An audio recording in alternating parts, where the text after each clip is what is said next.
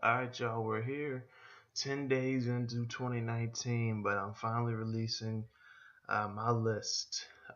Discussing, letting y'all know what my list is for my 10 um, favorite. I would say best, but it's more so, it's all an opinion, really. So these are my 10 best, slash, more so favorite albums, all hip hop albums of 2018. And I'm also, before I even get into that, I'm also going to discuss albums that I missed or slept on, or kind of disappointed in, or just did not get to. I'm at least going to acknowledge them, ones that I know I didn't get to, or one I just recently found just the other day. And there will be one more video after this, though. I'll be talking about 2018 versus 2017 as far as hip hop goes. So I didn't get to Astroworld from Travis Scott, which I really enjoyed, probably more than any album that I've heard from Travis. Um, because this album is just fantastic. Like it was just so cohesive, and I think it's his best work yet. I think I probably enjoyed this more than any other album though. Next is Master Ace and Marco Polo with Brooklyn Story. Just Master Ace, just one of the greatest of all time, one of the most underrated of all time. And that Marco Polo production just fits perfectly.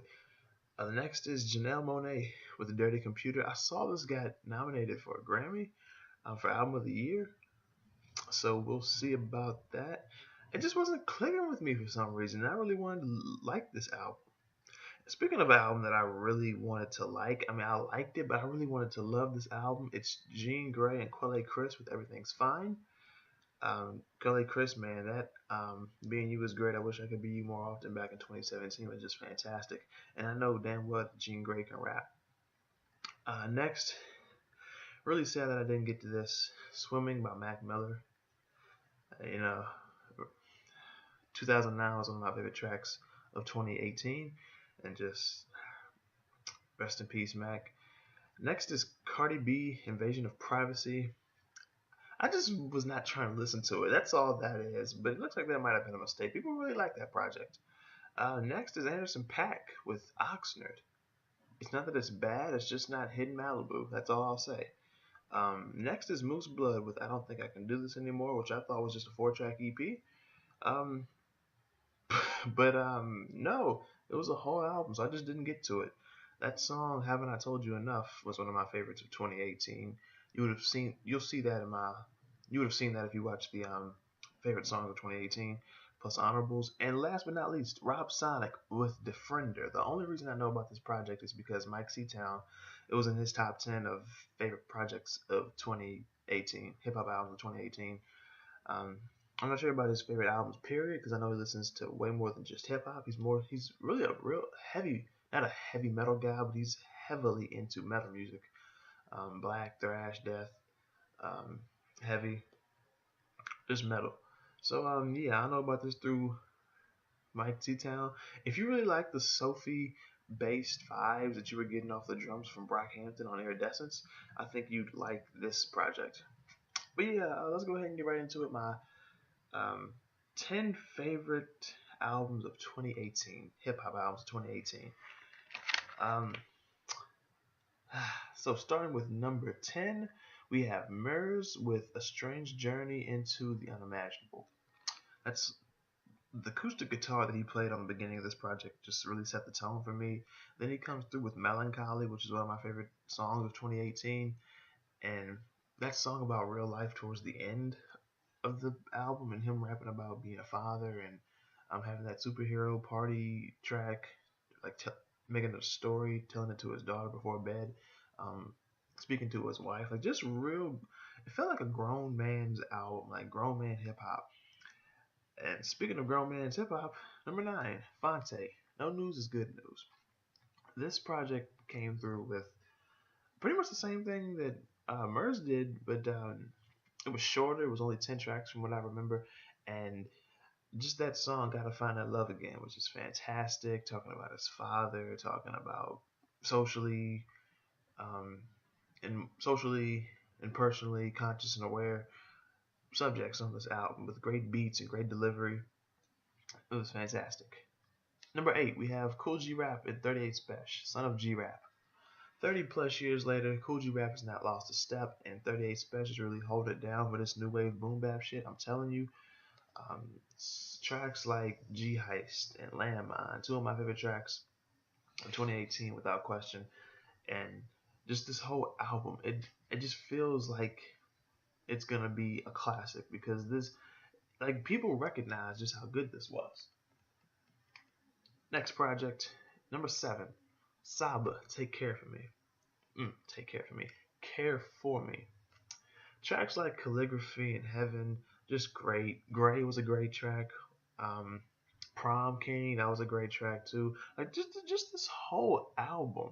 Like Saba has one of the strongest discographies for me right now. I mean, it's only been 2 projects, but this and Bucket List Project, like Saba is really, he is just really going hard. Like he's really providing some of the best music that I've heard in the last 2.5, 3 years, and I saw this got an average rating of like 93. Like wow, like people. I'm glad that it got critically acclaimed, like high critical acclaim, because Saba definitely deserves it. Next, we have J.I.D.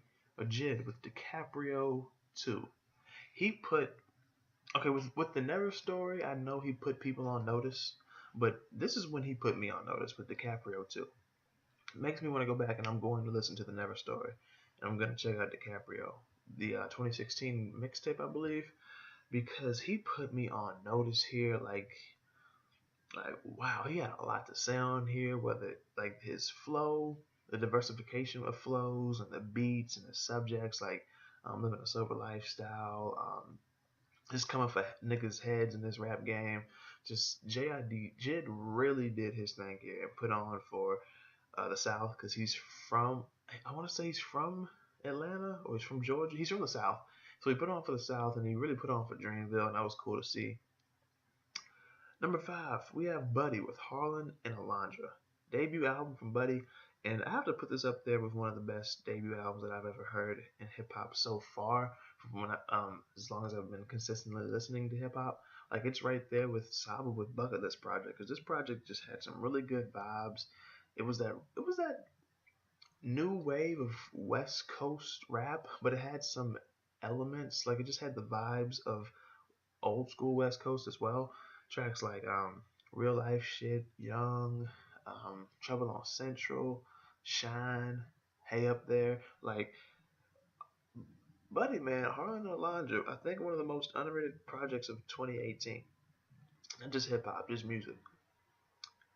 Coming in number 4, we have uh, we have Evidence with Whether or Not. First project I had ever heard from Evidence, which is a mistake from what I understand, because like I could tell he's a dope rapper off of this. So I'm sure what he did in the past was dope. But when people, had some friends be like, "This is the first time you ever heard Evidence, really?" You got to go back and check other stuff. And I definitely will be. This project, man, it had everything from he was talking about, he was making references to the book 4 Day Laws of Power. He had the track Love Was a Funny Thing, which took me back to like the late 90s, early 2000s R&B. Um, he had Raindrops. He had The Factory. He had that other track that was on there. There was that. There was Raindrops. There was Blow It All Away, or throw it all away. It's like he had that track with John Wayne on here. It's just fantastic, man. Um, oh, but yeah, just fantastic without question. Um, next project. Oh shoot! I just realized something. I just realized something. I remember I remembered that I had taken with number 10. I was going with Mirrors with A Strange Journey into the Unimaginable, but I replaced it with Blueprint, Two-Headed Monster. That's what my number 10 is, not Mirrors. So that's my fault. So we'll talk about that now. Blueprint, number 10, Two-Headed Monster.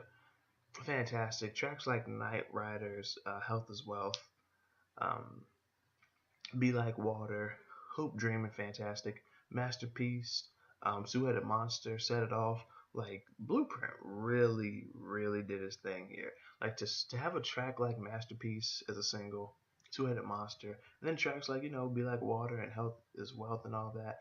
Night Riders with Slug and I want to say Wordsworth was on there. Um, and all that, and then ended with a track like Hoop Dreaming saying, Hoop Dreaming, still searching for the meaning because we gotta come up and get down, and have that guitar there too. It's like fantastic. That's kind of embarrassing that I forgot to scratch because I was going back and forth between those two. What will get number 10, right? And I forgot to put Two-Headed Monster. And if you've seen the thumbnail, then you know that it made the top 10. So it kind of spoiled my top 10, I guess, but you don't know exactly what order it would come in. So yeah, and so yeah, I talked about whether or not from evidence. Um, Now my top three, they didn't get changed at all. Like I had to change my top 10 after going back and seeing what I've listened to and listening to them again, of course. And I had to change my 4 through 10, like the order they were in. I had to put one in, take one out, add one in, and move one down. So yeah, now we're in the top three, which was untouched. Number three, we have Benny the Butcher with Tana Talk 3. Fantastic, man. Benny, man, representing for Griselda, representing for Buffalo, New York. That whole Griselda crew though, like Westside did his thing this year with Supreme Blientele / Chris Benoit. Waiting for Conway's in 2019. Waiting for anything from Griselda in 2018. But this right here with Tana Talk 3, I actually have the hard copy, but it's in the car. It's tracks like 97 Hove, All 70, or All 070. Um, shoot, Joe Pesci 38. The intro track, just Broken Bottles, and that whole The Butcher Coming Nigga, like that shit just fantastic, man. This is like top tier, like representing for the new wave of boom bap hip hop music, without question. Like Griselda, nigga. Number two, which is it's surprising now, but it would. I mean, it's not surprising now what I have at number two, but it's just surprising. It would have been more surprising if I had thought this and felt this way when I first heard the album, considering how I felt about it the first few times I heard it. And the rating that I gave it, I'd have to upgrade the rating now because I think I gave it like a 7.25 to a 7.5. Now I'm gonna have to make that like a 7.75, maybe to an 8. I'm talking about Earl Sweatshirt, some rap songs. Fantastic because starting off with Shattered Dreams, then Red Waters, and Cold Summers, and tracks like On the Way featuring Stand on the Corner, tracks like Azakar, um, Benz, Nowhere to Go. What was the other track? Well, no, I already said that. I already said On the Way featuring Stand on the Corner. Tracks like that, man. Earl, like, just fantastic. Some of his most positive and uplifting music yet, if you ask me.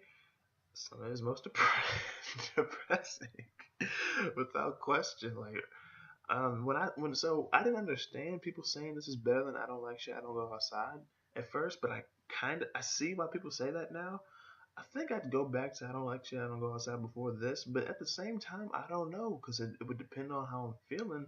But at the same time, on both albums, you'll get the depressed vibes. On here, you'll get more so the uplifting and overcoming and coping mechanisms on this project. I Don't Like Shit, I Don't Go Outside. It just has that darker vibe, and I just like darker vibes.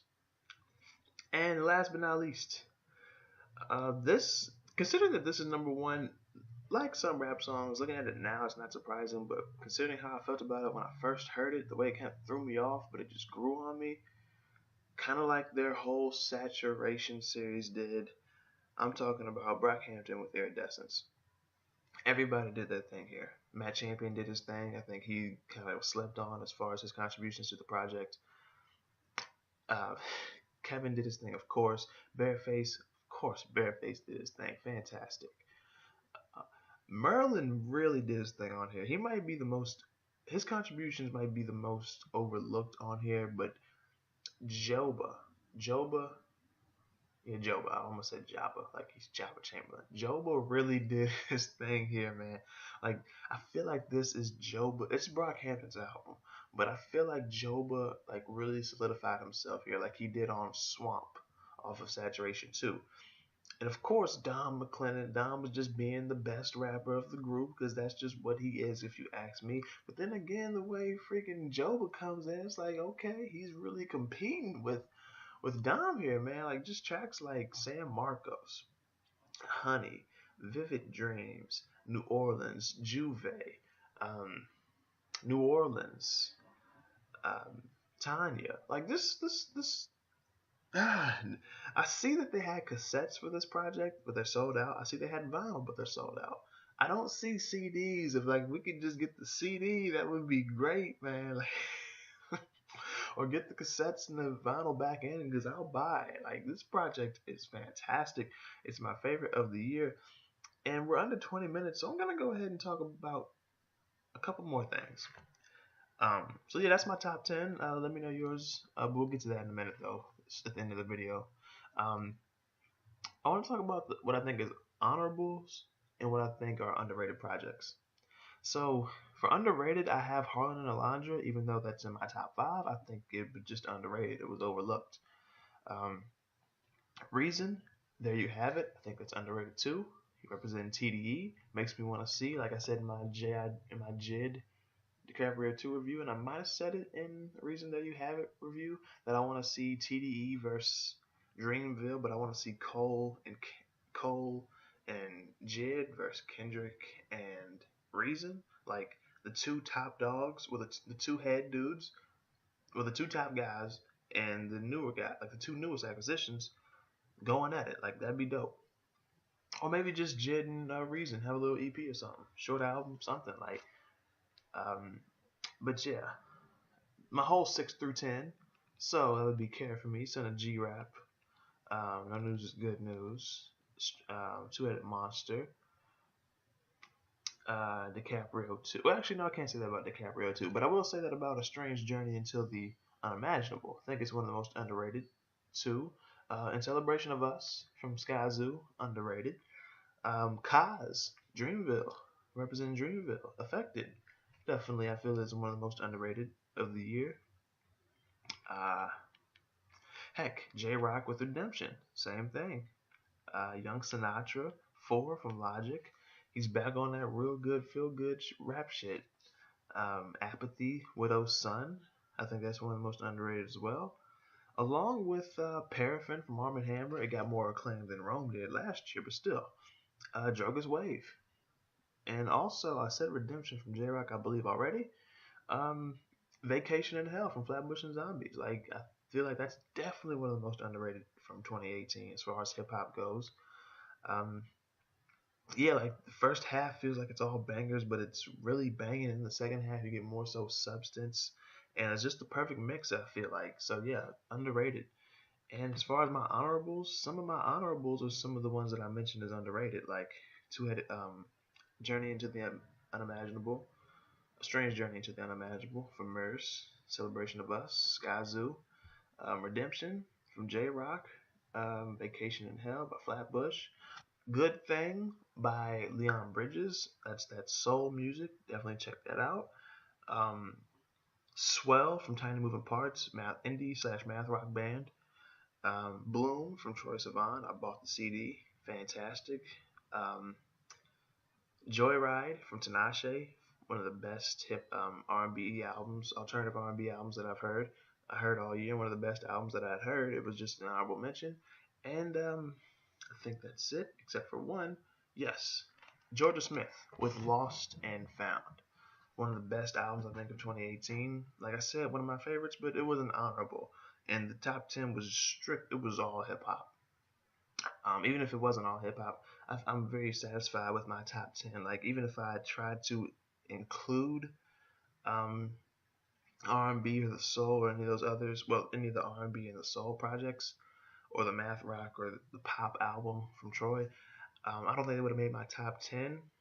So it wasn't my top 10 hip hop albums just for the sake of being hip hop. This was just my top 10 anyway, and those are the honorables and the ones I feel are underrated as well.